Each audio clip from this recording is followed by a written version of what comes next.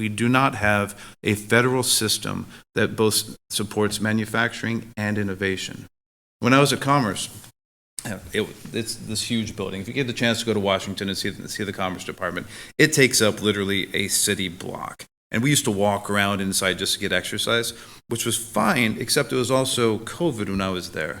I'm looking down these city block long, almost 10 by 10, very statist architecture.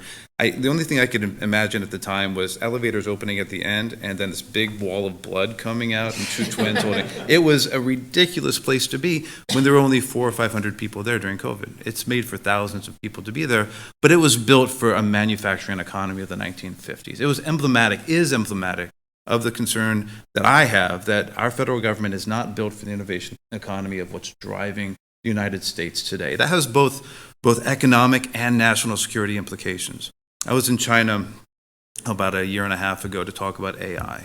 The entire Chinese government is built around supporting their industry, whether it be AI or quantum, biopharmaceuticals, rolling stock. Made in China 2025 is a state policy to support the key technologies that China thinks will be not just driving the Chinese economy, but the global economy over the next 50 years.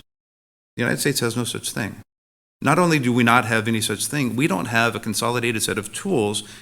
DFC is certainly the shining star in all of this, but there is no consolidated set of tools for the government to work with the private sector and academia to be able to put together. It won't be the same way that the Chinese do it. We should never try to be China. We have a very different set of capabilities, but there needs to be a stronger set of communications between the U.S. government and industry to figure out which technologies are of strategic importance, and then to be able to move those forward in a consolidated way. I'm going to finish up in 20 seconds here. In the 1950s, Vannevar Bush articulated something now called the Vannevar Triangle, which is this triangle with industry, academia, and the government at the three different corners. That drove innovation. It still drives innovation today, but in the 1950s, the U.S. government provided over 70% of all research and development funding, industry relatively the rest. That dynamic has entirely reversed today. So today, industry provides roughly 70% of R&D funding, and that R&D funding goes to the top priorities for our innovation-driven economy. AI predominantly, then quantum, and then biopharmaceuticals. The government still is locked in this 1950s mentality where they think that, I thought at the time when I was running some of these budgets, that we could put money toward these things and industry would follow. It's changed.